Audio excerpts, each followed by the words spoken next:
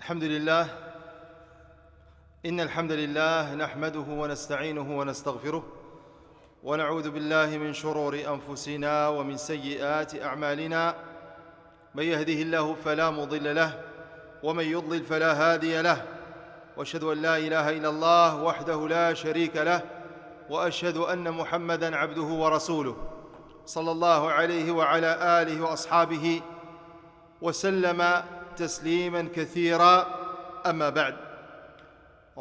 Louange Allah Azza wa Jal, le Seigneur de l'univers, que la prière d'Allah Azza wa Jal et son salut soit sur notre prophète Muhammad sallallahu alayhi wa sallam, ainsi que sur ses proches et tous ses compagnons. فبين أيدينا أيها الأخوة الكرام هذه الليلة هذه الرسالة المباركة رسالة الثلاثة أصول أو الأصول الثلاثة، وهي رسالة جليلة مختصرة مؤيدة بالأدلة من الكتاب ومن سنة النبي صلى الله عليه وسلم. Donc, chers frères, comme d'habitude, on va étudier ensemble, Inch'Allah, ou bien on va continuer ensemble, bihawlillahi azza wa jal, comme on a déjà commencé dans la mosquée, mais à cause de cette pandémie,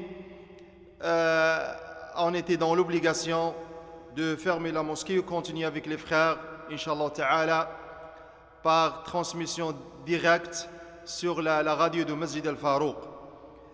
Et on est toujours avec l'explication de cet épître de Cheikh al-Islam al-Mujaddid Muhammad ibn Abdul Wahhab rahimahullah ta'ala, al-Thalathat Usul. Thalathat Usul qui est d'une importance primordiale.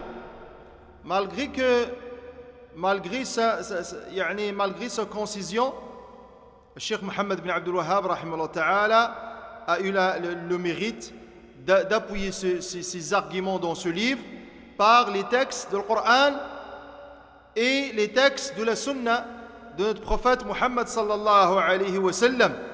Cet épître de l'Usul al-Thalatha a pour sujet l'un des grands fondements de l'islam, c'est le dogme. Le dogme, la croyance, al-aqidah al-sahiha. Ça concerne les trois questions de la tombe. Les trois principes fondamentaux, c'est les trois questions de la tombe. Al-as'ila al-thalath, التي سيسأل عنها كل أحد في قبره كل أحد في قبره. فهذه الرسالة رسالة عظيمة. Donc cet épître, c'est une épître qui parle de ce grand sujet qui est les grands fondements de l'islam, le dogme. Naam.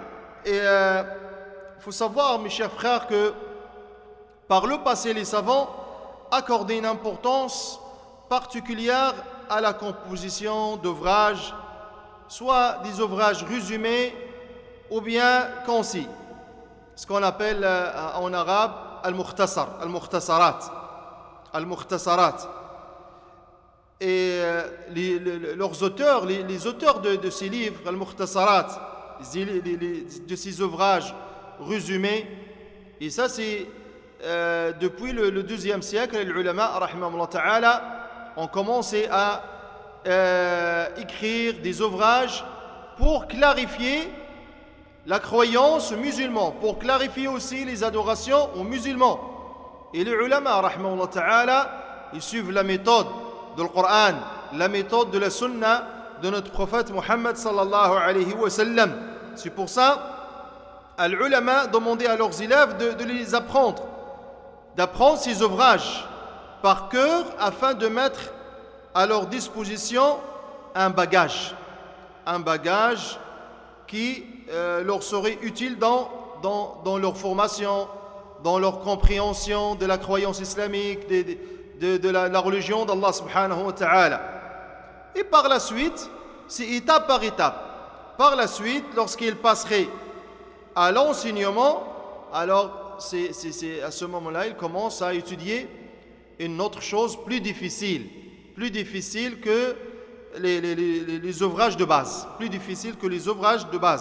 Donc, l'étude de ces mukhtasarat, des mukhtasar, donc est la première étape par laquelle doivent passer les étudiants de la religion. Les étudiants de la religion ou bien les musulmans. Non, un frère salafi ou bien un frère qui aime la science, la sunna, alhamdulillah, parmi les musulmans, s'il veut commencer à apprendre la science, il doit commencer par les mukhtasarat, par les ouvrages résumés, par les ouvrages de base qui montrent clairement les fondements de la religion islamique, alhamdulillah. Et le chemin du savoir est lent. Parce que malheureusement, on voit il y a des frères qui commencent à apprendre la science, qui commencent à comprendre l'islam, alhamdulillah, sur la méthodologie de nos salafs, mais malheureusement, il n'a pas la science de savoir choisir les bons ouvrages. Parce qu'il ne pose pas de questions, ou il commence à choisir de sa tête, il commence à choisir ce qu'il trouve sur Internet, ce qu'il voit comme ouvrage dans les explications de ulama. Ça, c'est pas la façon de nos salafs. C'est pas la façon de l'enseignement. C'est pas la façon d'apprendre la religion d'Allah subhanahu wa ta'ala. C'est pour ça que les ulama, ils ont bien expliqué ça, rahmatullahi ta'ala. Quand les ulama, ils commencent avec les étudiants, les débutants ou bien les nouveaux étudiants, ils commencent toujours par les livres de base. Et nous tous, on a besoin de commencer par les livres de base. Parce que les livres de base, c'est les livres qui nous donnent vraiment la compréhension de l'islam, qui nous facilitent l'enseignement, qui nous facilitent la compréhension de notre religion. Alors faites très attention. Et il convient d'entrer progressivement en commençant par les enseignements de base qui ouvrent les portes, qui va t'ouvrir ces ouvrages ou bien ces enseignements. Il t'ouvre les portes à des domaines plus difficiles, Mais si tu commences par des livres difficiles, après tu vas laisser toute la science. Tu vas trouver ça difficile à comprendre, difficile à lire, difficile à savoir les choses. Ou bien tu penses que tu as compris les choses comme il faut, mais finalement tu n'as pas compris les choses comme il faut. Et ça, c'est ça le problème. Et c'est ça ce qui crée beaucoup de problèmes dans la compréhension de beaucoup des frères. La science, c'est pas comme ça. La science, c'est le chemin du savoir est lent.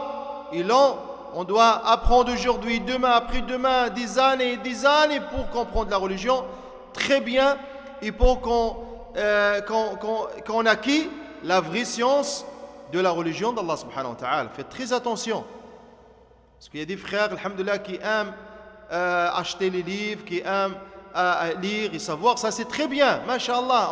On encourage les frères à étudier, à lire. Mais tu dois savoir commencer avec quoi. Et ça, c'est important, mes chers frères. Ça, c'est primordial. C'est cette façon qui va t'ouvrir les portes de l'enseignement, les portes de la science. Nos salafs, ils ont commencé de cette façon. Les salafs ont commencé de cette façon. Donc, nous aussi, on est dans l'obligation de commencer de cette façon si tu veux vraiment acquérir la vraie science qu'Allah subhanahu wa ta'ala nous a facilité Jalla wa ala. Alors, il ne serait pas possible de comprendre les ouvrages sans avoir maîtrisé auparavant les ouvrages de base. Ça se peut pas. C'est impossible de comprendre les ouvrages avancés dans la croyance sans auparavant maîtriser les ouvrages de base. Il y a des frères, ils vont lire juste sur le thalatha une fois, sans revenir sans revenir aux ulama, sans revenir aux mashayikh, sans revenir aux choses difficiles, sans maîtriser très bien ces ouvrages de base. Il commence, pour lui, il va aller le plus vite pour avancer et lire tous les livres. Non, c'est bien de lire comme on vient de dire, mais à la place, tu vas commencer à s'avancer dans les ouvrages. Essaye de lire le même livre plusieurs fois. Essaye de lire le même de lire les explications de plusieurs ulama. Essaye d'écouter plusieurs ulama, plusieurs mashayikh. Essaye d'écrire les choses difficiles pour les poser aux gens de la science, les savants, les étudiants de la science. C'est comme ça l'ilm, mes chers frères. La science, c'est de cette façon. La science, c'est de cette façon. On ne peut pas attaquer et rentrer sur la science sans comprendre les façons et les bases et les fondements de cette religion. Il faut maîtriser avant les ouvrages de base. Après, si on maîtrise, alhamdoulilah, les ouvrages de base, alors on commence à s'avancer, on commence à étudier des livres plus difficiles que les livres de base. Mais c'est les livres de base qui vont ouvrir les portes de la compréhension de l'enseignement. Et comme Cheikh Salih Al-Fawzan, hafidhahullah ta'ala, a parlé à ce sujet aussi dans son explication de l'usul al-thalatha, a dit, hafidhahullah, le Coran fait allusion à cette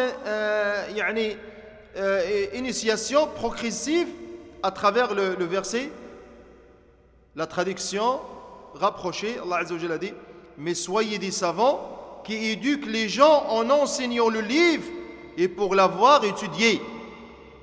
Selon les exégètes, en effet, Rabbaniyoun, Allah Azza wa Jalla subhanahu wa ta'ala dans ces surahs a dit: walakin kunu rabbaniyin bima kuntum tu'allimuna al-kitaba wa bima kuntum tadrusun.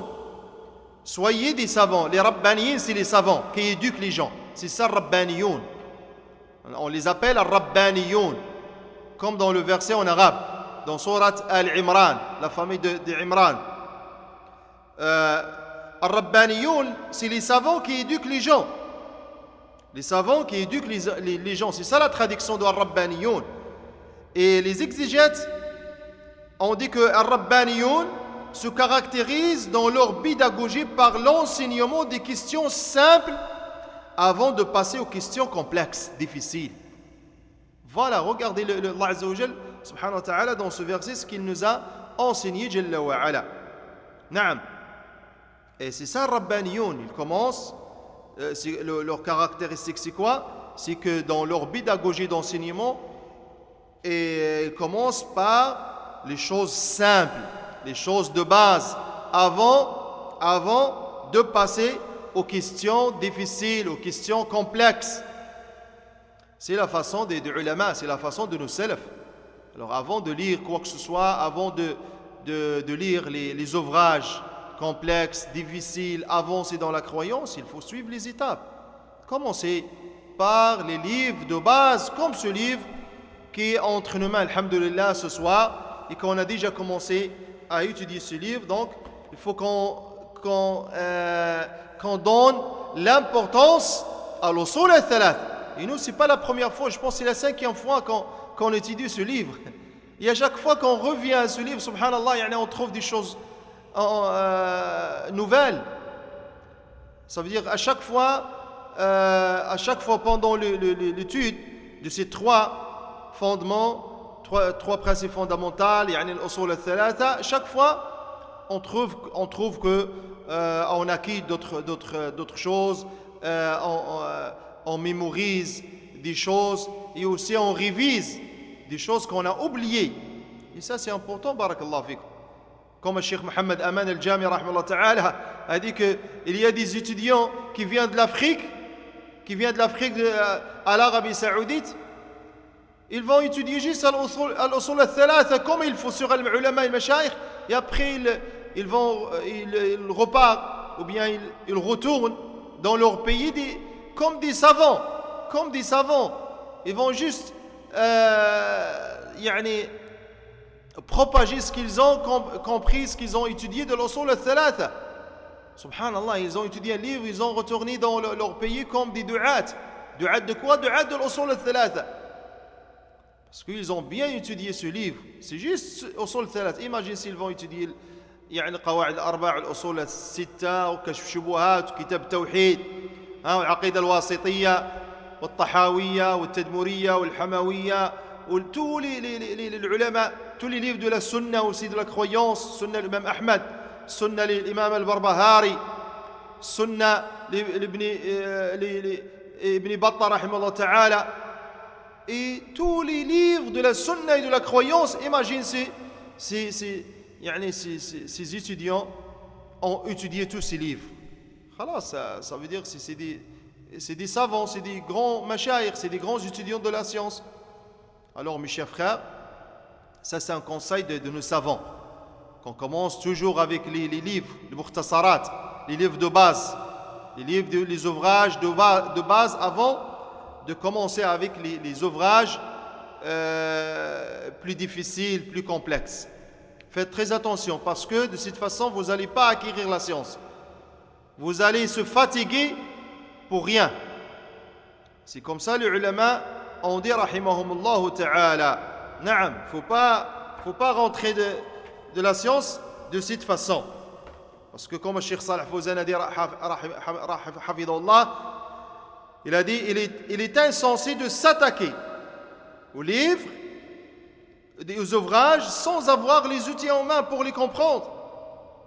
Ce n'est que peine perdue. Ce n'est que peine perdue. Naam, tu perds le temps. Alors il ne faut pas perdre le temps, mes chers frères. Il faut qu'on consacre notre temps à étudier ces trois principes fondamentaux en premier. Concentrez-vous sur les paroles des ulama, sur les preuves textuelles dans le Coran et la Sunna, sur les points bénéfiques. Malheureusement, beaucoup de frères qui ont passé avec nous ou bien avec d'autres frères, des du'at, ils ont étudié ce livre, mais malheureusement, ils n'ont rien compris ou bien ils n'ont rien acquis comme science parce que ils ne font pas les efforts à mettre les choses sur la table.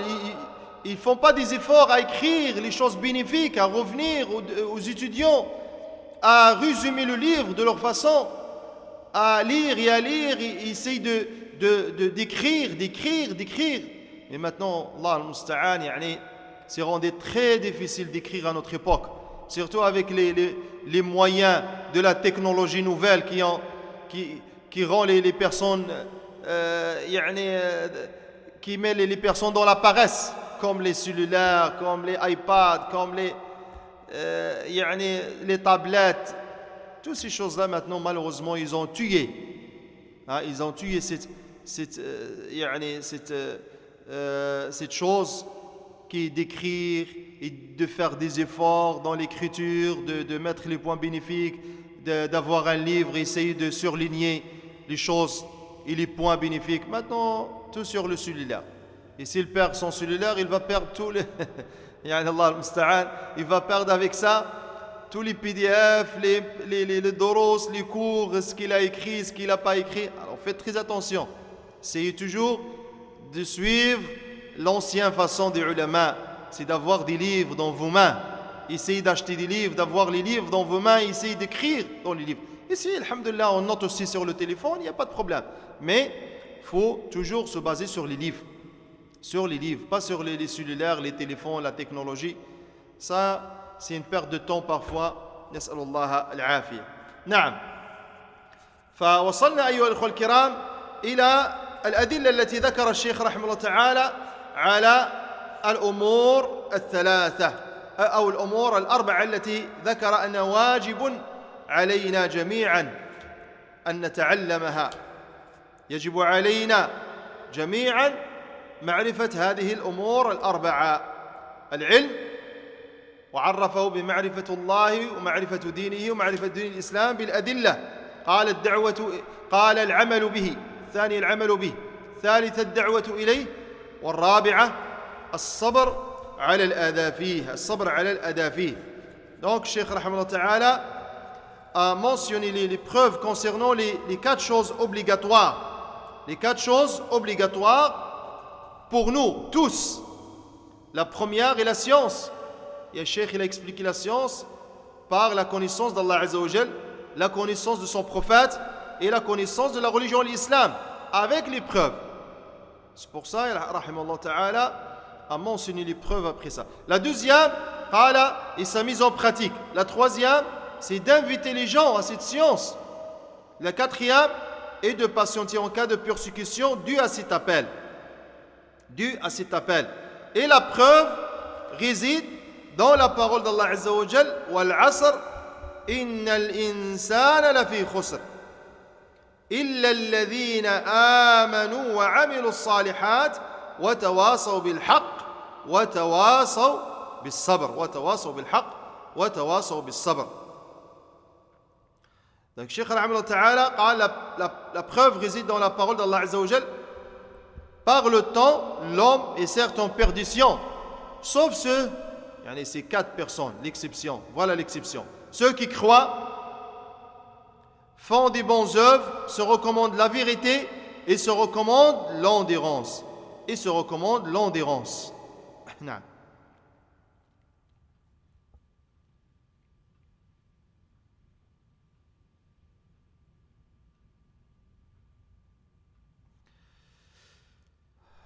Donc, la preuve concernant les quatre étapes mentionnées auparavant, les 4 choses obligatoires pour nous, c'est ça la preuve que Cheikh Rahimahullah Ta'ala a mentionné ici, Rahimahullah Ta'ala, Rahmatun Wasi'a, dans cette sourate le temps.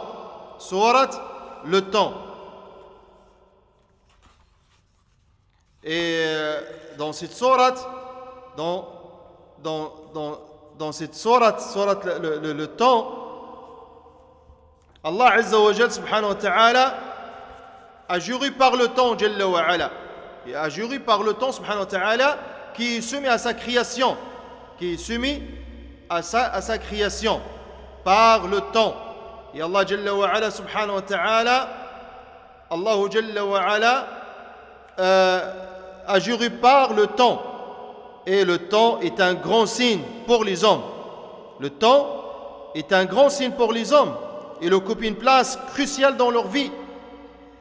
Et c'est pour ça Allah Jalla wa Ala nous invite à la méditation. Et c'est pourquoi Allah Azza wa Jalla jure par le temps, la tombée de la nuit, le matin, etc.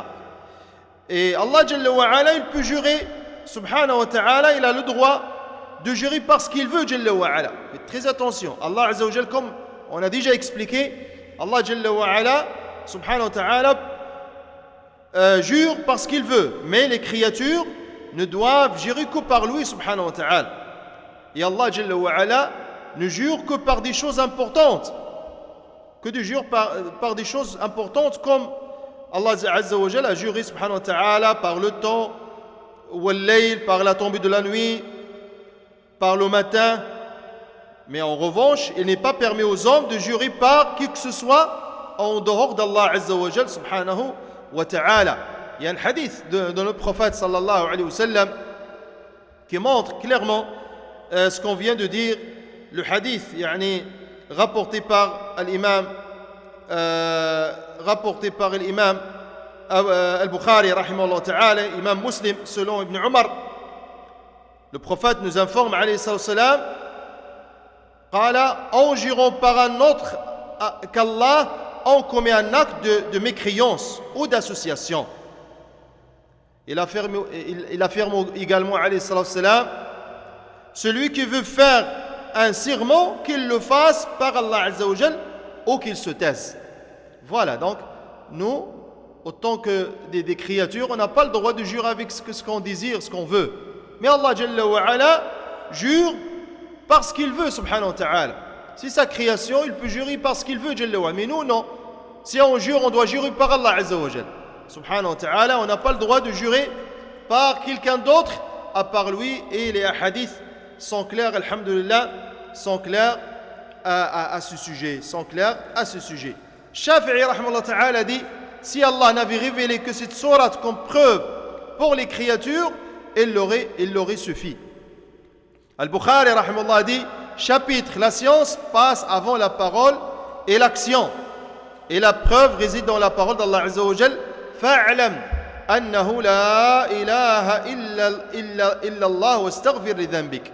Sache donc qu'en vérité il n'y a point de divinité digne d'adoration si ce n'est Allah, et implore le pardon pour ton péché. Allah Jalla wa Ala, l'imam al-Bukhari, sa parole a dit, Allah a donc commencé par la science avant la parole et l'action. Et ça c'est clair. Vous voyez la façon des ulama.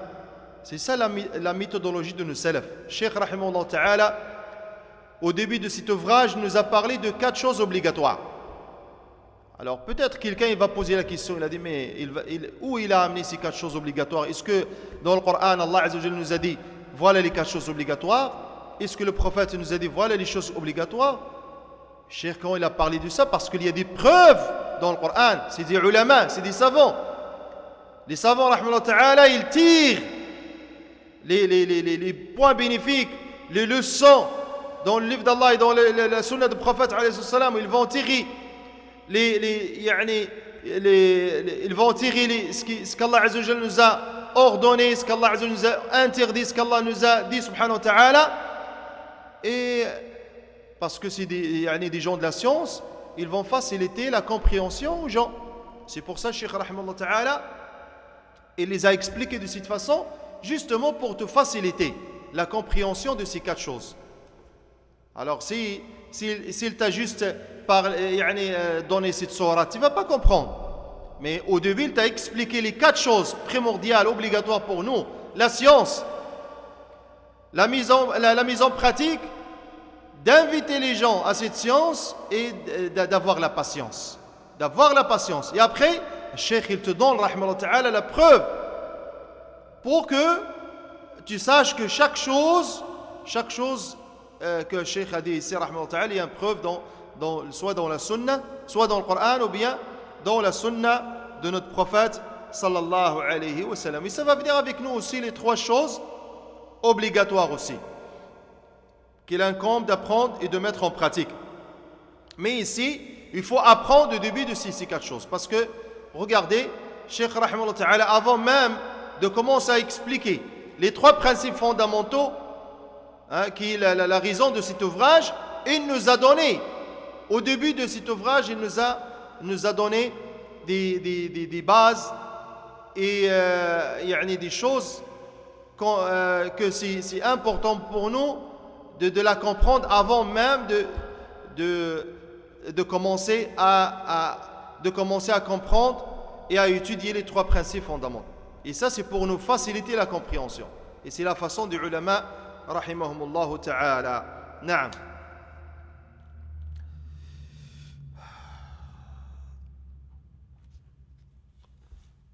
قال رحمه الله تعالى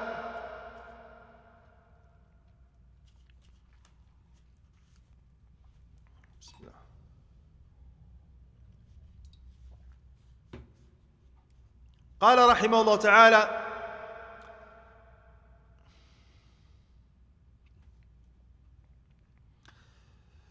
اعلم رحمك الله أنه يجب على كل مسلم ومسلمة تعلم 3 هذه المسائل والعمل بهن. Sache qu'Allah te fasse miséricorde, qu'il est du devoir de tout musulman et musulmane d'apprendre 3 choses et de les mettre en pratique. Ça aussi, c'est parmi les 3 choses obligatoires. C'est un devoir pour chaque musulman et musulmane d'apprendre 3 choses et de les mettre en pratique, comme le Cheikh nous a dit ici, rahimahullah ta'ala, rahmatan wasi'a. Naam. Et c'est déjà, on a parlé de ce que Cheikh rahimahullah ta'ala commence par sache. Sache. Ça, c'est une façon qui attire l'attention sur un sujet important. Comme nous l'avons vu au début de ce livre. Il tient, rahimahullah ta'ala, par cette phrase sache. Il tient à nous prévenir que la suite de son discours est cruciale. Ce qui signifie qu'il faut donc bien l'apprendre et la comprendre et en être convaincu de ce que Cheikh a expliqué dans ces 3 choses qui est un devoir pour chaque musulman et musulmane. Qu'Allah te fasse miséricorde. L'auteur, rahimallah, Cheikh Mohammed bin Abdul Wahhab, invoque la miséricorde d'Allah Azza wa Jal en ta faveur, aux étudiants de la science, les étudiants de la religion d'Allah subhanahu wa ta'ala. Et ça montre, mes chers frères, on a déjà parlé de ça, mais ça montre que celui qui enseigne, il doit faire preuve de compassion avec ses élèves. Celui qui enseigne, il doit faire preuve de compassion avec ses élèves dans le but de les motiver. Naam, il faut motiver les élèves. Il faut avoir la compassion. Il faut avoir dans l'enseignement, on a besoin de la compassion dans l'enseignement. Sinon, on peut pas enseigner. On ne peut pas faire comprendre les gens une chose avec dureté ou bien d'une façon difficile. Non, il faut avoir la compassion. Il faut avoir la compassion, il ne faut pas être agressif dans les paroles, dans les actes, quoi que ce soit. La science a besoin de douceur, a besoin aussi de la compassion et ça dépend. Ça dépend de l'état, de la situation, ça dépend aussi des places, des pays, de la mentalité. Il y a des choses aussi qui jouent concernant ça. Mais en général, il faut avoir la compassion, surtout dans les paroles, parce qu'on cherche le bien pour les gens. Comme le Cheikh ici, rahimahullah ta'ala, il cherche le bien pour les gens, rahimahullah ta'ala. Il commence par invoquer Allah pour toi. Pour toi, ô étudiant de la science, sache qu'Allah te fasse miséricorde. Et ça, c'est un grand alim. Et on espère qu'on rentre dans sa da'wa. Dans sa da'wa. Amin. قال رحمه الله تعالى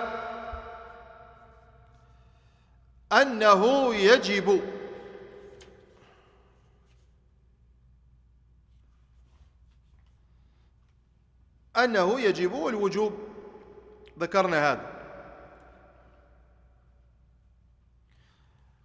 قال اعلم رحمك الله أنه يجب على كل مسلم ومسلمة تعلم ثلاث هذه المسائل والعمل بهن. الأولى أن الله خلقنا. هذه الأولى. قال la première, c'est le fait qu'Allah Jalla wa Ala nous a créés. C'est le fait qu'Allah Azza wa Jalla nous a créés subhanahu wa ta'ala.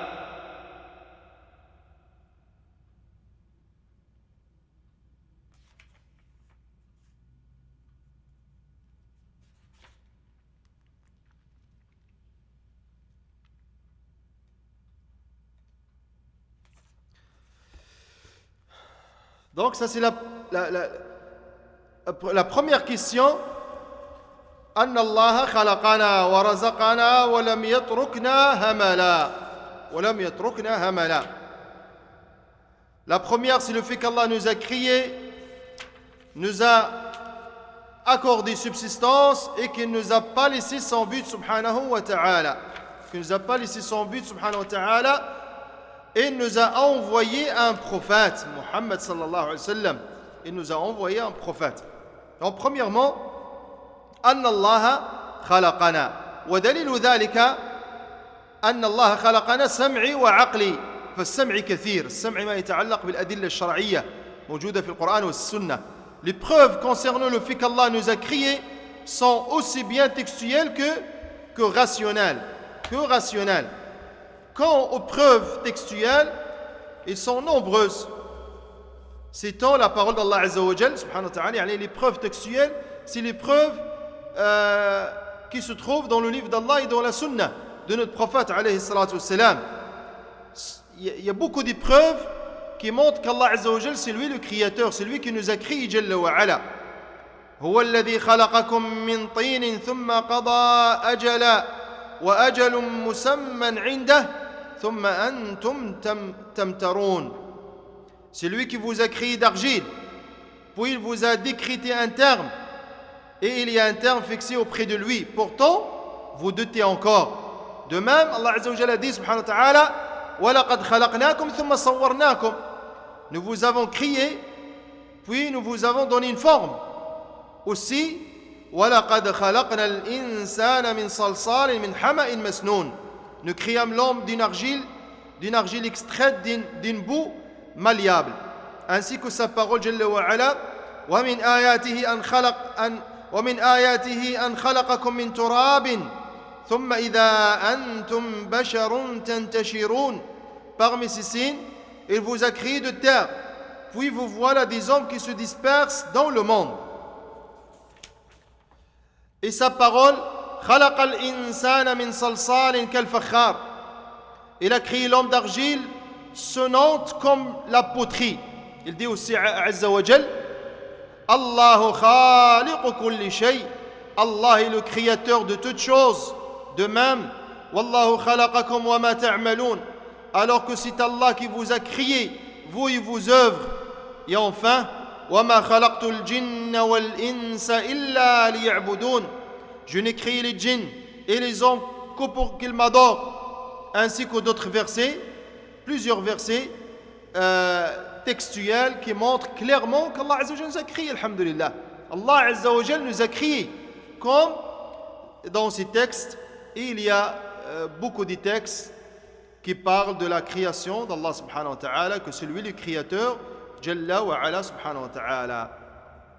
أما الدليل العقلي على أن الله عز وجل خلقنا جل وعلا فقد جاءت الإشارة إليه في قوله تعالى في سورة الطور أم خلقوا من غير شيء أم هم الخالقون. Quant à la preuve rationnelle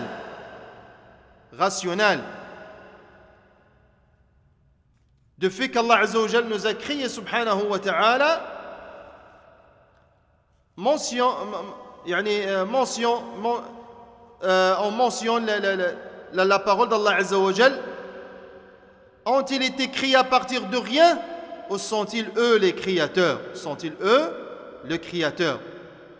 فالإنسان لم يخلق نفسه لأنه قبل وجوده عدم والعدم ليس بشيء. العدم ليس بشيء وما ليس بشيء لا يوجد شيء. En effet, l'être humain n'a pu se créer lui-même, car avant qu'il n'existe, il n'était que néant.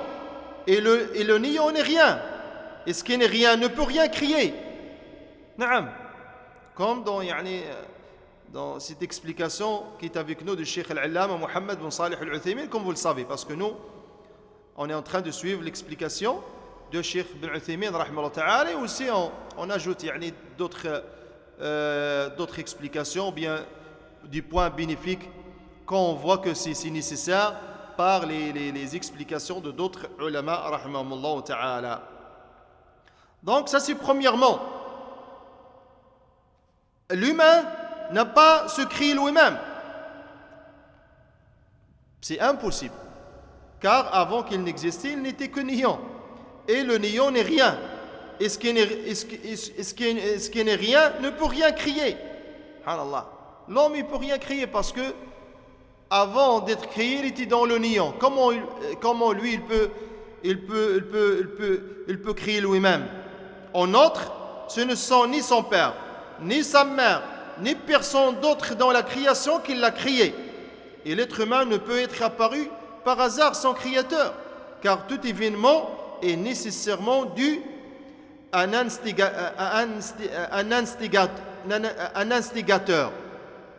Et ça c'est clair, alhamdulillah, pour ceux qui ont la raison, pour ceux qui raisonnent et qui voient clairement les signes d'Allah subhanahu wa ta'ala.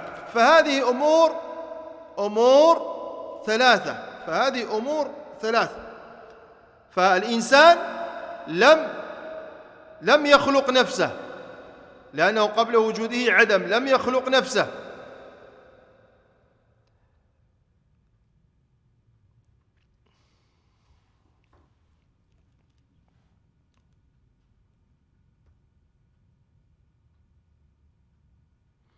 فالإنسان لم يخلق نفسه ولم يخلق من العدم، فإذا ماذا بقي؟ فالإنسان لا يخرج عن هذه الأمور الثلاث. فيما يتعلق بالدليل العقلي، إما يقال له هل خلقت نفسك؟ فهذا محال. هل خلقت من العدم؟ هل خلقت صدفة كما يقال؟ هل خلقت صدفة بدون موجد؟ هذا محال، لا يقول عاقل. فإذا بقي عندنا ماذا؟ الاحتمال الثالث، وهو أنك خلقت من خالق حكيم وهو الله جل وعلا. هذا الاحتمال الثالث لا خيار لك فيه، لا خيار لك فيه. فإما أن تكون خلقت نفسك أو خلقت أو أتيت صدفة بدون موجد، وهذا كما قلنا محال، أو أنك مخلوق يعني مخلوق من مخلوقات الله تعالى. فإذن هذه القسمة تقتضي ثلاث أمور ولا يستطيع الإنسان يخلق نفسه ولا وجد من العدم فيبقى أن الله عز وجل هو الذي خلقه سبحانه وتعالى. Donc cette division, ça sort pas de trois choses.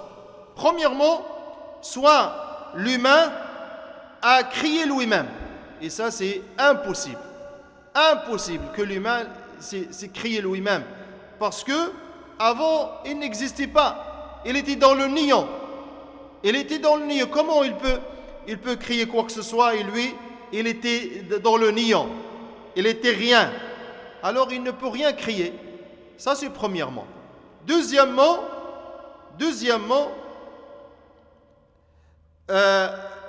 soit elle était créée par le hasard, sans créateur. Et ça aussi, c'est impossible. Naam. Parce que chaque existence chaque existence de toutes les créatures d'Allah Azza wa Jal sont créées dans une organisation si complète et une harmonie si parfaite rend impossible la thèse du hasard. Donc qu'est-ce qu'il reste? Il reste la troisième thèse, que tu es créé par un créateur qui est Allah subhanahu wa ta'ala. Donc celui qui a la raison, il ne peut pas sortir de ces trois thèses. Premièrement, soit c'est lui qui a créé lui-même, ou bien il était créé par hasard, ou bien c'est Allah Jalla wa Ala qui lui a créé subhanahu wa ta'ala. Donc qu'est-ce qu'on va choisir? Le premier et le deuxième, impossible. Donc c'est le troisième. C'est Allah Jalla wa Ala qui nous a créé. Le parfait Jalla wa Ala subhanahu wa ta'ala. Le parfait Jalla wa Ala, alladhi lahu al-khalq wal-amr. La création et le commandement n'appartient-il pas qu'à lui subhanahu wa ta'ala, comme Allah Azza wa Jal a dit dans ce verset subhanahu wa ta'ala. Et jamais personne n'a renié la seigneurie d'Allah Azza wa Jal, si ce n'est par orgueil, comme ce fait le cas de Pharaon. Pharaon qui a nié la seigneurie d'Allah Azza wa Jal, mais c'est par orgueil seulement. Mais au fond de lui, il savait que c'est Allah Azza wa Jal, il savait qu'Allah Azza wa Jal c'est lui le créateur subhanahu wa ta'ala. D'ailleurs, lorsque Jabir ibn Mut'im radiyallahu anhu, alors qu'il était encore polythéiste, yani mushrik, a entendu Quraysh a envoyé Jubayr ibn Mut'im pour parler au prophète alayhi salam concernant les prisonniers, les problèmes qu'ils avaient avec le prophète sallallahu alayhi wa sallam après la bataille de Badr. Ils ont envoyé qui? Jubayr ibn Mut'im. Jubayr ibn Mut'im, quand il a rentré à Médina, le prophète sallallahu alayhi wa sallam dirigeait la prière de l'Fajr. Et subhanallah, le prophète alayhi salam à ce moment-là récitait la sourate At-Tur. Regardez subhanallah, quand Allah Azza wa Jal veut le bien pour quelqu'un, comme Allah Jalla wa Ala subhanahu wa ta'ala organise les choses, comme Allah Azza wa Jal met les choses pour guider les personnes. Allahu Akbar. Alors imagine, Jubayr ibn Mut'im, il rentre à Médina au moment que le prophète dirige la prière, le moment que le prophète récite un des versets parmi les versets de Surat At-Tur, où Allah Azza wa Jal dit: Am khuliqu min ghayri shay'in am humul khaliqun am khalaqu as-samawati wal ard bal la yuqinun am 'indahum khaza'in rabbika am humul musaytirun. Allahu Akbar. Ont-ils été créés à partir de rien, ou sont-ils eux les créateurs? Et ça, les trois thèses qu'on a parlé ensemble, ça concerne ce verset. Il y a deux thèses ici, soit ils sont créés à partir de rien, ou sont-ils eux les créateurs? Et ça, c'est impossible, comme on a déjà expliqué. Donc ça reste la troisième thèse, que c'est Allah Azza wa Jal le créateur Jalla wa Ala. Ont-ils été créés à partir de rien, ou sont-ils eux les créateurs? Ou ont-ils crié les cieux et la terre, mais ils n'ont plutôt aucune conviction? Possèdent-ils les trésors de ton Seigneur, ou sont-ils eux les maîtres souverains? Subhanallah, Jabir ou bien Jubayr ibn Mut'im يومئذ كان مشركا فقال كاد قلبي أن يطير وذلك أول ما وقر الإيمان في قلبي. والحديث يعني عند الإمام البخاري رحمه الله تعالى. Jabir a dit, subhanallah, regarde les Arabes, regarde la foi quand il rentre dans le cœur. Pour la première fois, le cœur s'envole. Le cœur s'envole. Jabir a dit, quand il a écouté la récitation de ce verset de notre prophète sallallahu alayhi wa sallam, Jubayr a dit, mon cœur faillit s'envoler. Et ce fut la première fois que la foi pénétra mon cœur. Allahu Akbar. Et ça c'est rapporté dans l'imam al-Bukhari, par l'imam al-Bukhari, rahimahullah ta'ala. Donc, premièrement, Allah Jalla wa Ala, il est le créateur Jalla wa Ala. Subhanahu wa ta'ala. Sache que Allah Azza wa Jalla, c'est lui le créateur, subhanahu wa ta'ala. Jalla wa Ala. Et ça, on a parlé des preuves textuelles, comme on a parlé des preuves de raisonnement, des preuves intellectuelles. Et ça, c'est surtout les gens qui prétendent être laïcs, qui ne croient même pas Allah Azza wa Jalla, subhanahu wa ta'ala, disent le monde est créé par hasard. Subhanallah.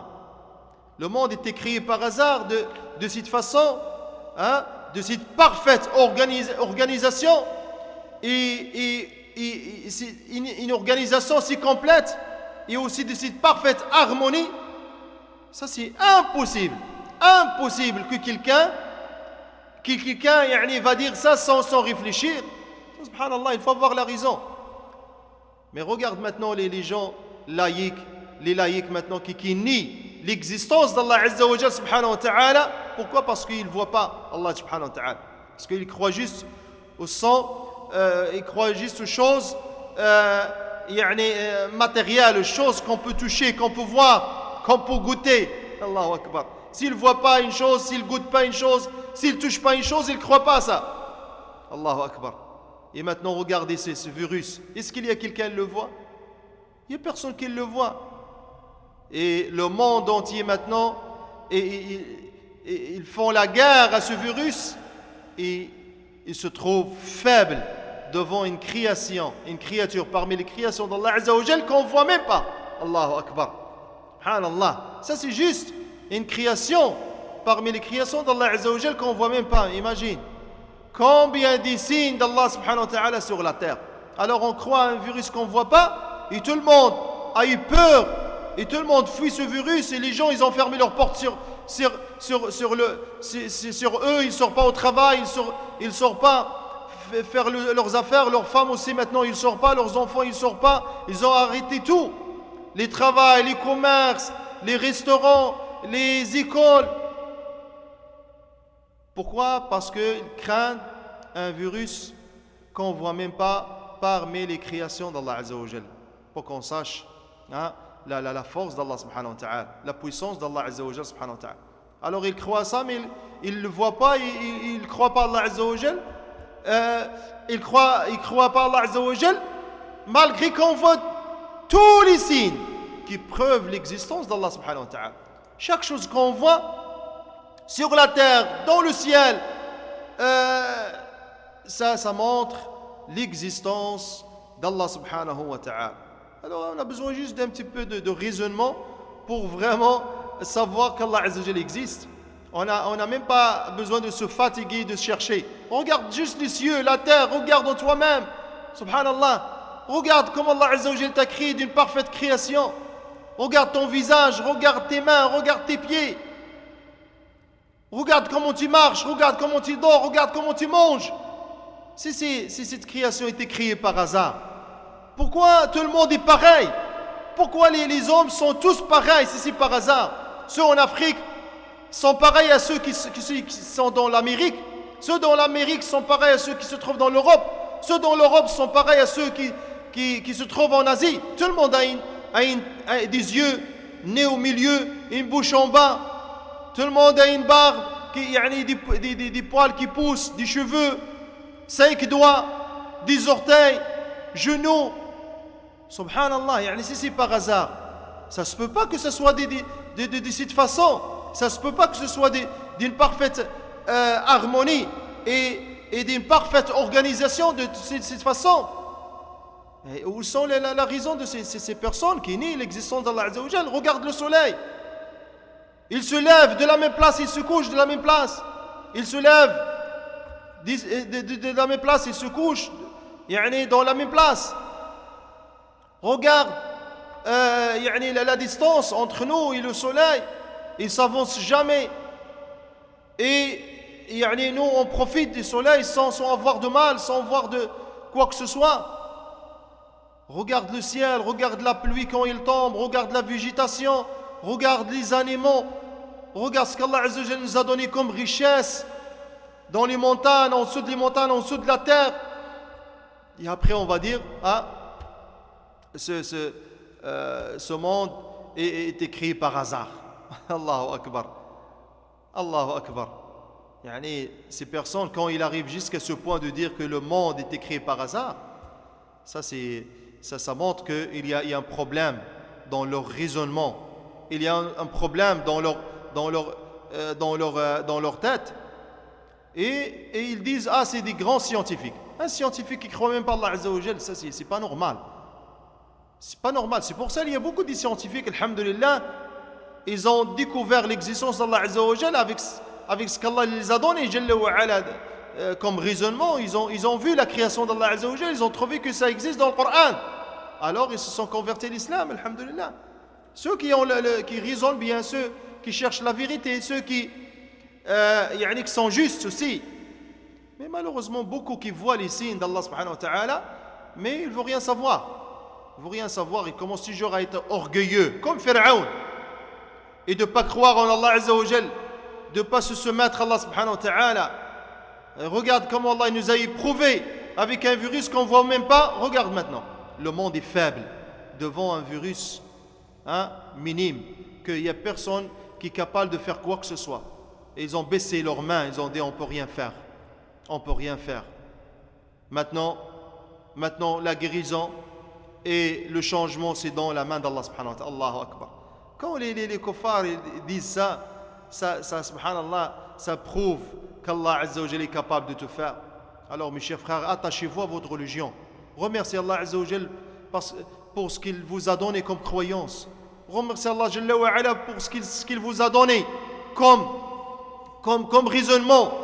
Il vous a donné Jalla wa Ala une grande religion qui est l'islam. Il vous a envoyé un messager Muhammad sallallahu alayhi wa sallam qui ne nous a pas laissé en vain, il nous a montré toutes les choses Jalla wa Ala subhanahu wa ta'ala. Le prophète alayhi salam nous a montré comment manger, comment dormir, comment rentrer à la salle de bain, comment se souiller, comment faire les ablutions, comment se nettoyer, comment faire les rapports sexuels, comment s'asseoir, comment sortir, comment rentrer à la mosquée, comment faire les prières, comment croire Allah Azza wa Jal subhanahu wa ta'ala, comment éduquer les enfants, comment la femme doit s'habiller, comment l'homme doit s'habiller. Allahu Akbar. Pour qu'on sache, on est sur une grande religion. Remercie Allah subhanahu wa ta'ala. Remercie Allah Jalla wa Ala matin et soir. Remercie Allah Azza wa Jal pour ce qu'il vous a donné comme bien et comme grâce. Comme grâce et comme chose bénéfique qu'Allah nous a donné sur cette dunya. Allahu Akbar. Wallahi, on remercie Allah Azza wa Jal. Même si on va remercier Allah Jalla wa Ala, même si on va remercier Allah Azza wa Jal pour toutes les grâces qu'on voit, on ne sera jamais capable à remercier Allah Azza wa Jal pour toutes les grâces qu'il nous a données. Il y a beaucoup de grâces qu'on ne voit même pas. Alors remerciez Allah Azza wa Jal, adorez Allah Jalla wa Ala, faites les efforts dans l'adoration d'Allah subhanahu wa ta'ala, parce que c'est Allah Azza wa Jal subhanahu wa ta'ala qui décide dans toutes les choses. Naam. Donc ça c'est premièrement, Allah subhanahu wa ta'ala nous a crié Jalla wa Ala. Allah nous a crié. Qala wa razaqana. Qui nous a accordé subsistance. Il nous a crié, nous a accordé aussi subsistance. Subhanallah. أدلة هذه المسألة كثيرة كذلك من الكتاب والسنة والعقل. أما الكتاب أي القرآن فالله عز وجل قال إن الله هو الرزاق ذو القوة المتين. إن الله هو الرزاق ذو القوة المتين.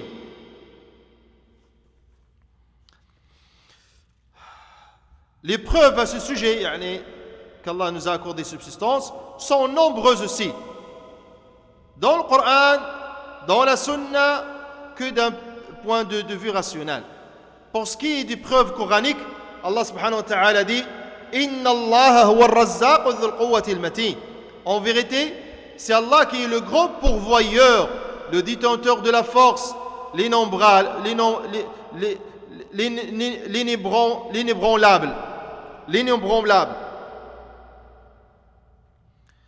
Il dit aussi Qul man yarzuqukum minas samawati wal ard. Qulillah, dit qui vous nourrit du ciel et de la terre, dit Allah. De même قل من يرزقكم من السماء والأرض أمن يملك السمع والأبصار ومن يخرج الحي من الميت ويخرج الميت من الحي ومن يدبر الأمر فسيقولون الله. Dit qui vous attribue votre subsistance du ciel et de la terre, qui détient lui et la vue, qui fait sortir le vivant du mort et fait sortir le mort du vivant et qui administre tout, ils diront Allah. Et les versets à ce sujet sont nombreux. Pour ce qui est de la sunna, on trouve la parole de notre prophète Muhammad sallallahu alayhi wa sallam décrivait le fœtus auquel un ange est envoyé. Cet ange a pour ordre d'écrire la subsistance de ce nouvel être humain. Le moment de sa mort, l'ange va écrire ces quatre choses. Il va écrire la subsistance, le moment de sa mort, ses actes et son bonheur ou son malheur. Ça, c'est les textes dans la sunna et dans le livre d'Allah subhanahu wa ta'ala. Quand à la preuve rationnelle, الدليل العقلي على أن الله عز وجل رزقنا فلأننا لا نعيش إلا على طعام وشراب والطعام والشراب من خلقه الله جل وعلا. Quand à la preuve rationnelle, parce que on a toujours besoin de ces preuves coraniques, preuves de la sunna et preuves rationnelles. Et chaque personne on a besoin de donner ces preuves ça dépend de chaque personne. Le musulman, on a besoin juste de le citer, les preuves coraniques et aussi les preuves de la sunna. Mais d'autres personnes, on a besoin aussi d'appuyer ces adilla par aussi les preuves rationnelles. Les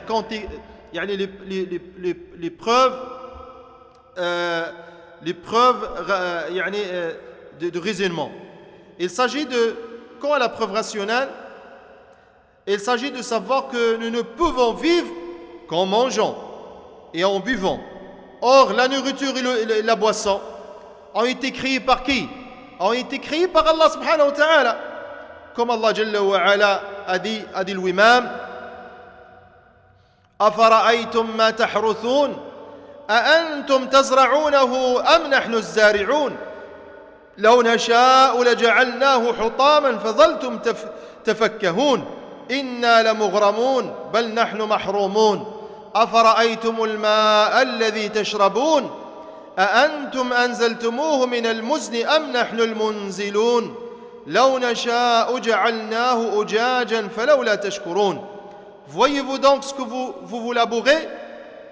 Est-ce vous qui le cultivez ou en sommes-nous le cultivateur? Si nous voulions, nous les réduirons en débris et vous ne cesseriez pas de vous étonner et de crier nous voilà endettés, ou plutôt exposés aux privations. Voyez-vous donc l'eau que vous buvez? Est-ce vous qui l'avez fait descendre du nuage ou sommes-nous celui qui l'a fait descendre? Si nous voulions, nous la rendrions salée. Pourquoi n'êtes-vous donc pas reconnaissants? Voilà.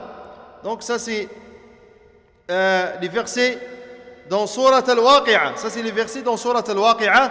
Ce verset stipule explicitement que notre subsistance, que ce soit la nourriture ou le boisson, vient, ou la boisson vient d'Allah subhanahu wa ta'ala. Et la boisson vient d'Allah azza wa jal. Réfléchis. C'est Allah azza wa jal qui nous a donné subsistance subhanahu wa ta'ala. Naam. Nous avons besoin pour vivre de nourriture. On a dit c'est Allah qui nous a créés. Mais regardez Allah, quand il nous a créés, il ne nous a pas laissé comme ça. Il nous a donné Jalla wa ala subsistance qu'on a besoin pour vivre. Alors nous avons besoin pour vivre de nourriture, de boissons, de vêtements, d'un toit. Et de son savoir infini. Allah Jalla wa ala, le miséricordieux, a mis à notre disposition tout ce qu'il y a dans les cieux et la terre. Allahu Akbar. Pourquoi il nous a donné tout ça? Pour assurer notre survie. Pour assurer notre survie. Et ces besoins vont nous aider également à rendre le culte de notre Seigneur subhanahu wa ta'ala. Chose pour laquelle nous a créé Jalla wa ala. Allah Azza wa Jalla, il t'a créé pourquoi? Allah nous a créé pour l'adoration. Et il nous a facilité subhanahu wa ta'ala sur cette terre. Il nous a créé sur la terre. Il nous a créé Jalla wa ala sur la terre pour l'adorer subhanahu wa ta'ala. Je n'ai créé les djinns et les hommes pour qu'ils m'adorent.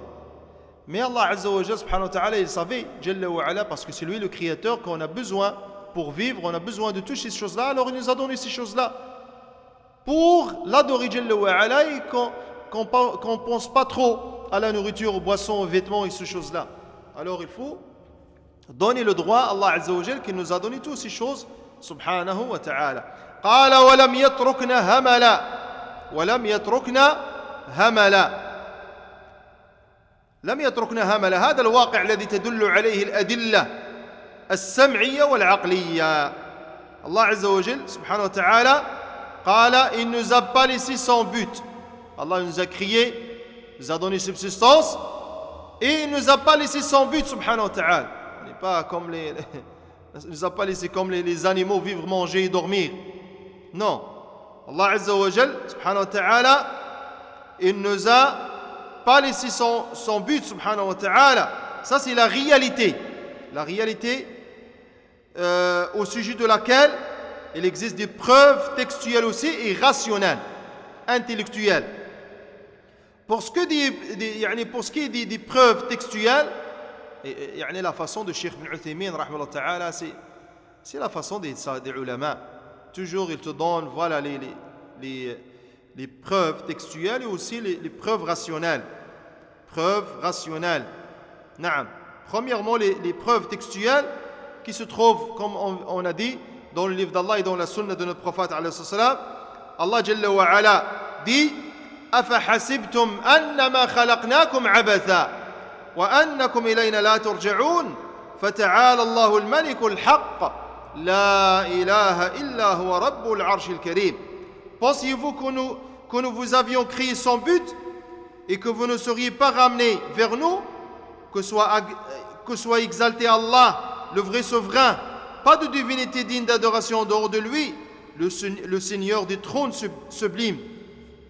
Naam, et ça c'est clair, parce que Cheikh, on a dit chaque chose qu'il nous dit, il y a des preuves dans le livre d'Allah et dans le sunna de notre prophète alayhi salam. De même, Allah Jalla wa ala a dit subhanahu wa ta'ala, Allah Azza wa Jalla dit أيحسب الإنسان أن يترك سدى ألم يكن نطفة من مني يمنى ثم كان علقة فخلق فسوى فجعل منه الزوجين الذكر والأنثى أليس ذلك بقادر على أن يحيي الموتى. L'homme, pense-t-il qu'on le laissera sans obligation à observer? N'est-il pas une goutte de sperme éjaculée et ensuite une adhérence? Puis Allah l'a créé et formé harmonieusement. Puis on a fait des couples, le mâle et la femelle. Celui-là, Allah, n'est-il pas capable de faire revivre les morts? Ça c'est clair, alhamdulillah, dans le livre d'Allah Azza wa Jalla. Allah Azza wa Jalla ne nous a pas laissé, il ne nous a pas créé sans but, subhanahu wa ta'ala, non. Il y a un jugement après la mort, et il y a un jugement devant Allah subhanahu wa ta'ala, il y a le paradis, il y a l'enfer, il y a la résurrection. Il y a beaucoup de choses qui va venir après la mort. Il y a la tombe. Allah Azza wa Jalla ne nous a pas juste créé sans but, au contraire, comme ça va venir avec nous. Donc, quand preuve rationnelle, nous pouvons dire que la création des hommes, afin qu'ils vivent puis jouissent de ce bas monde tel des animaux, puis meurent sans résurrection ni jugement, ça c'est une chose qui ne convient pas à la sagesse d'Allah subhanahu wa ta'ala. Allahu Akbar. Mais il s'agit plutôt d'une absurdité totale. Il n'est pas possible qu'Allah Azza wa Jal conçoive la création, lui envoie des prophètes et nous permette de combattre ceux qui en sont en opposition et en divergence avec les messagers, sallallahu alayhi wa sallam, puis qu'après cela, le résultat soit quoi? Le néant. Ceci est incompatible avec la sagesse d'Allah Azza wa Jal. Impossible. Allah il nous a créés, il nous donne subsistance, il nous envoie des messagers, et il nous envoie aussi le dernier des messagers. Il révèle des livres à ces messagers comme un guide pour nous. Il y a des lois, il y a des ordres, il y a des interdits qu'on doit délaisser. Il y a la science qu'Allah nous a montré, comment adorer Allah Jalla wa Ala, comment faire les adorations. Et après cela, on va dire, on vit sur la terre. Après tous ces passages et ces étapes, on vit ici, on va mourir et après c'est dans le néant. Il n'y a rien. Allahu Akbar. Subhanallah. C'est pas ça. C'est incompatible avec la sagesse d'Allah subhanahu wa ta'ala. Impossible. Allah Azza wa Jalla est le sage. Il est le sage subhanahu wa ta'ala. Et chaque chose qu'Allah a créé, Jalla wa ala, il y a une sagesse derrière ça. Il y a une sagesse derrière ça. Qala. Donc Allah il nous a créé, il nous a donné subsistance et il ne nous a pas laissé sans but. En effet, il nous a envoyé un prophète. Il nous a envoyé qui? Un prophète. نعم. أي أن الله عز وجل أرسل إلينا معشر هذه الأمة أمة محمد صلى الله عليه وسلم رسولا يتلو علينا آيات ربنا ويزكينا ويعلمنا الكتاب والحكمة كما أرسل إلى من قبلنا. قال الله تبارك وتعالى وإن من أمة إلا خلا فيها نذير.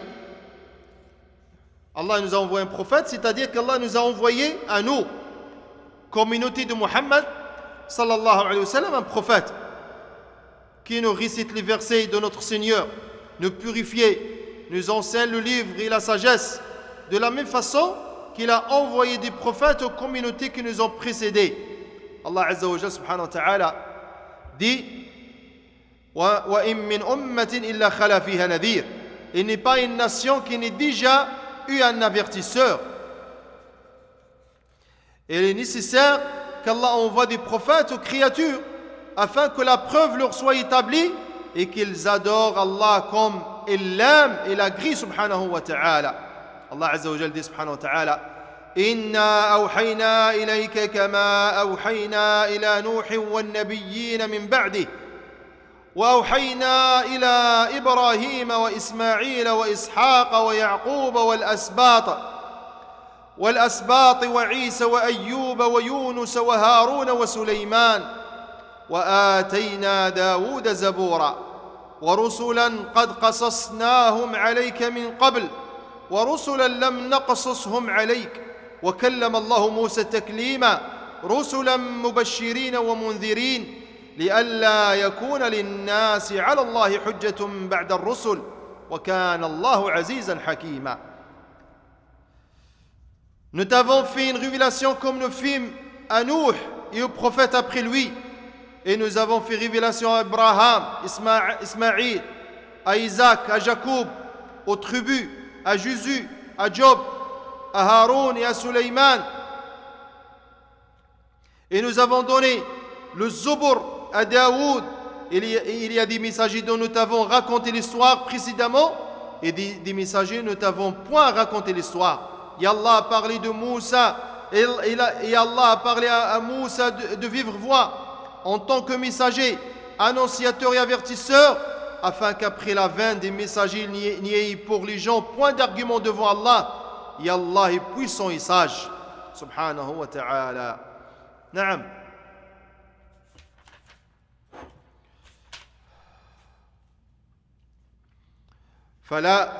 فلا يمكن أن نعبد الله جل وعلا بما يرضاه إلا عن طريق الرسل عليهم الصلاة والسلام. On ne peut adorer Allah comme il le désire, ce n'est pas par le biais du prophète عليهم الصلاة والسلام. Prophète, car ce sont eux qui nous ont expliqué ce qu'Allah aime et agrée subhanahu wa ta'ala et ce qui nous rapproche de lui. C'est pourquoi l'envoi des prophètes comme annonciateur et avertisseur à toute la création. Ça découle de la sagesse d'Allah Azza wa Jal. La preuve à ce sujet réside dans la parole d'Allah subhanahu wa ta'ala. Inna arsalna ilaykum rasulan shahidan alaykum kama arsalna ila fir'auna rasula. Fa'asa fir'aun ar-rasul fa'akhadnahu akhdan wabila. Nous vous avons envoyé un messager pour être témoin contre vous. De même que nous avions envoyé un messager à Pharaon. Pharaon désobéit alors au messager, nous le saisîmes donc rudement. Naam. Donc ça c'est ce que Cheikh nous a dit ici au début de ces trois choses que c'est un devoir pour chaque musulman d'apprendre ces trois choses. Premièrement, c'est qu'Allah nous a créé, nous a accordé subsistance, qu'il ne nous a pas laissé sans but, au contraire, il nous a envoyé un prophète, Muhammad sallallahu alayhi wa sallam. Un prophète, Muhammad alayhi salatu wa sallam. Et Allah Azza wa Jal subhanahu wa ta'ala, par sa miséricorde, nous a envoyé ce messager, justement, pour qu'il nous explique la croyance, comment dire Allah Azza wa Jal. Naam. Et tout ça, c'est des preuves contre les gens. C'est des preuves contre les gens. Et Allah subhanahu wa ta'ala, l'adoration n'est pas laissée à l'initiative des uns et des autres. Naam. Parce qu'on pense qu'il est bien de faire ceci ou cela. C'est pas ça la sagesse d'Allah Azza wa Jal. C'est pas ça la sagesse d'Allah Azza wa Jal. La sagesse d'Allah Azza wa Jal subhanahu wa ta'ala, c'est il nous a envoyé des messagers pour nous montrer comment l'adorer Jalla wa ala. Les actes d'adoration doivent être conformes au texte tawqifiyya. Les adorations doivent être conformes au texte tawqifiyya. Il n'est pas permis de vouer un culte au Seigneur s'il n'est pas légiféré par Allah Azza wa Jal, ou bien légiféré par qui?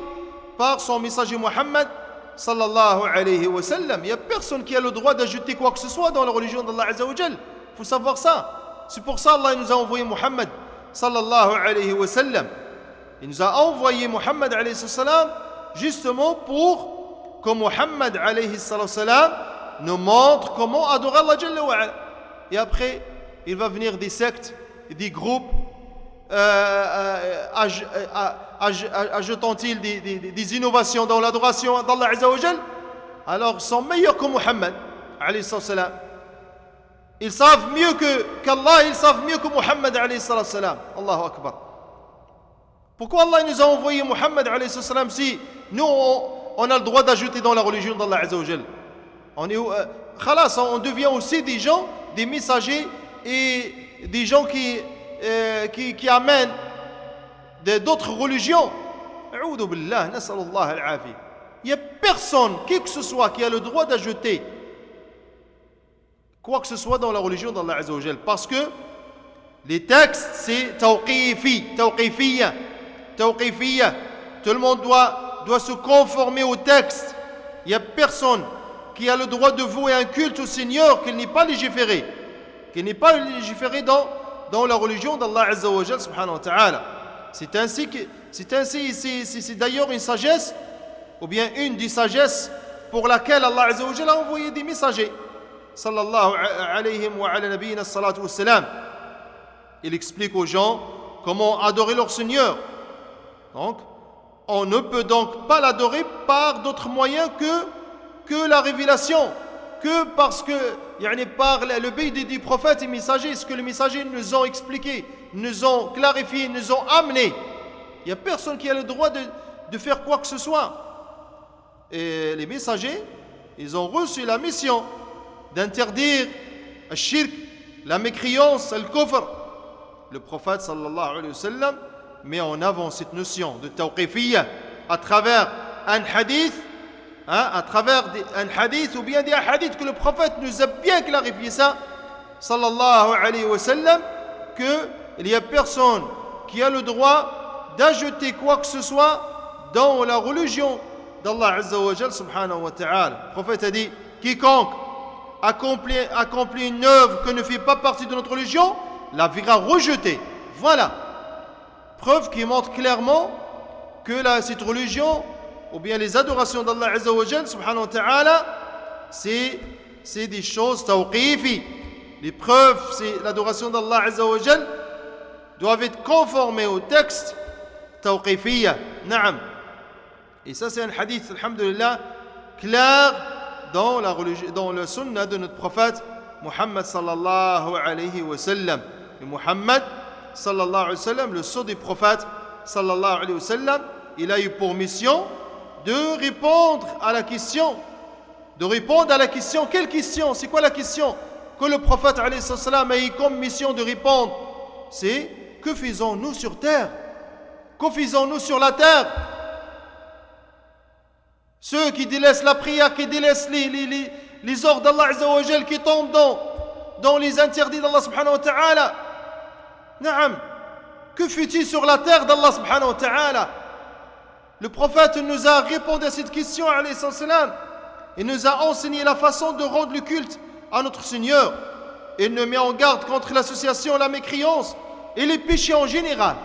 Donc faites très attention aux péchés. Faites très attention à ces sectes qui propagent l'innovation, qui ajoutent des choses dans la religion d'Allah Azza wa Jalla. Allah n'accepte pas ça, subhanahu wa ta'ala. Si Allah Jalla wa ala accepte que n'importe qui ajoute les innovations, les choses nouvelles dans la religion d'Allah Azza wa Jalla, pourquoi il va envoyer les messagers? C'est quoi la sagesse derrière l'envoi des messagers? Si n'importe qui vient et dire quoi que ce soit ou bien ajoute quoi que ce soit dans la religion d'Allah. Regarde l'état et la situation de la Ummah de l'Islam aujourd'hui. Regarde les innovations, regarde les actes de polythéisme, les paroles de polythéisme, ce que les gens ils font dans la plupart des pays de l'Islam. C'est pas pour rien qu'Allah Azza wa Jal nous épreuve aujourd'hui, subhanahu wa ta'ala. Faites très attention. Il faut savoir pourquoi Allah nous a envoyé un messager, pour le suivre, pour l'obéir, pour se conformer à sa sunnah, pour se conformer à la religion d'Allah subhanahu wa ta'ala.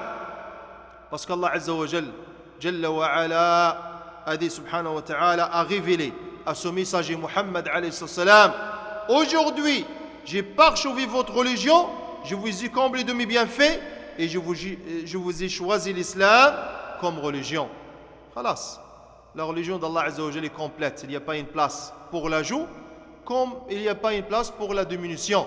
Al-yawma akmaltu lakum dinakum wa atmamtu alaykum ni'mati wa raditu lakum al-islam dina. نسأل الله جل وعلا أن يوفقنا وإياكم لكل خير وأن يجعلنا من عباده الصالحين وأن يجعلنا من عباده المؤمنين وأن ييسر لنا ولكم سبيل العلم والعمل إنه ولي ذلك والقادر عليه. qu'Allah nous facilite la science et l'apprentissage de la science et qu'Allah nous facilite de mettre en pratique cette science. Amin, amin. Inch'Allah ta'ala, on va vous laisser présentement, Inch'Allah ta'ala, et on se rejoint bihawlillahi azza wa jal mardi dans l'explication de surat La Caverne en français bihawlillah. Wallahu ta'ala a'lam wa sallallahu wa sallam ala nabina Muhammad wa ala alihi wa sahabati ajma'in wa jazakumullahu khayra.